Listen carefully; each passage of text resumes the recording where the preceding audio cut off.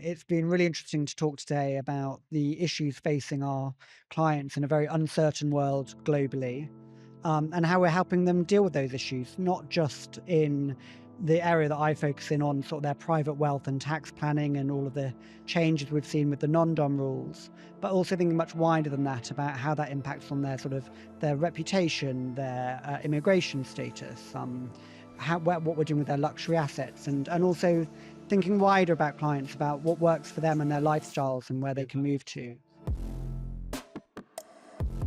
30 minutes of discussion, and then I'm going to open it up to questions. You can ask anything, preferably within their specialist subject, but we're pretty relaxed, so anything you want to ask.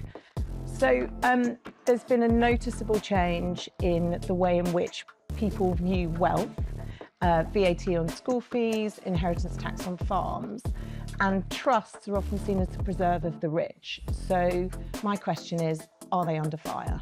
Well, I know we're supposed to be talking about uncertainties and changes and so on and so forth, but the one thing that will continue, and it has been happening for a long time, is that trusts have been under fire. We've just done our session on to go or not to go, which was for those people who are thinking of coming to the UK or leaving and need to think about immigration, residential property purchasing or selling, and tax, my area. But these sort of clients need global solutions. So that's been one huge trend the last few years. And I don't think it's going to stop with the Americans as well. You know, I think there's a huge amount of wealth over there, and they're looking for their plan B options. The impact of global forces and uncertainty depending on the location and type of asset. But I think another key theme is about the attitude of clients. I've certainly something that I've seen over the last 5-10 years in terms of how clients are viewing the sorts of assets that they want to retain. Have to take the view that unfortunately the UK has become a more hostile environment for privately wealthy people over the last 10 years. And that's not really to do with Rachel Reeves so much as the previous government, actually. Going back to it's now almost impossible to have no online presence.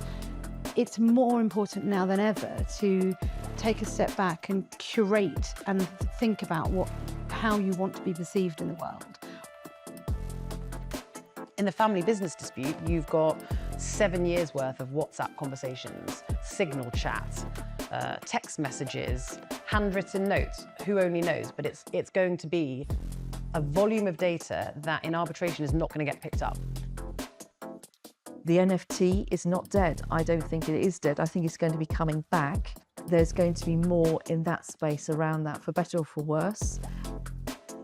We can all lean into the opportunities that this ever-shifting world is providing us with, and particularly around risk, because I think risk is what's key for our clients and their wider families, and it's how we assess and manage that risk. I think one of the things we always find with uncertainty, there's opportunities, and our clients tend to be very entrepreneurial, and they're very good at spotting those opportunities.